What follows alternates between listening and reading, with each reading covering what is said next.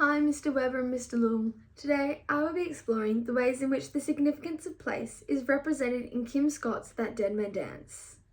In the novel, set during the 19th century, Scott explores the first contact between the Monang community and the first European settlers along the coast of Albany.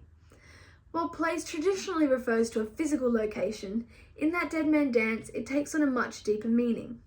Place is cultural, spiritual, historical, and above all, dynamic.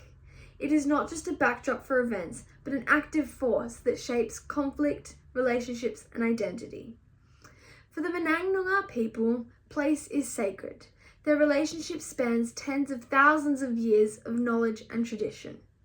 Reverend Jinyani Gundora describes this connection as a human relationship with the land, mother, son, daughter. This sense of kinship is echoed through Bobby, who refers to members of his community as aunt and uncle, despite no blood relation. This reflects how deeply intertwined identity is in both people and place. The Noongar community live in harmony with the environment. They rub oil and ochre on their bodies to keep them warm, a testament to their knowledge and adaptation. Whales, which appear throughout the novel, are not just creatures. They are spiritual symbols representing grace and the vast ocean. That Dead Man Dance itself is also a key storytelling moment.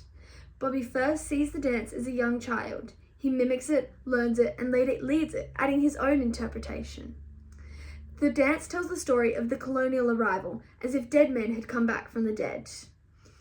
Over time, the communities shared their knowledge, stories, and traditions with each other, and seemed to be working cooperatively. However, this changes. Bobby says, "We learned your words, songs, and stories, and never knew you didn't want to learn ours." This line painfully captures the way in which their generosity is met with silence and later erasure. In contrast, the European settlers view place as a resource. Mr. Chain brings with him 2 prefabricated houses, stock, tools, money, and enterprise. The aim is to not live alongside the land, but to control it. When Bobby returns home, he finds the landscape scarred with fences, lines of cleared earth. This image reflects not just physical damage, but a rupture in cultural understanding. Whales, once sacred, now commercial products. Their slaughter, now a booming industry. Kim Scott later reveals that this was partly a way in which he could talk about the violence of colonization. Even when the story seems gentle and hopeful, the underlying violence is almost impossible to ignore. One of the most symbolic acts of destruction is the blowing up of the joint burial grave of Dr. Cross and Wunyurin, a site that represents mutual respect for the two communities.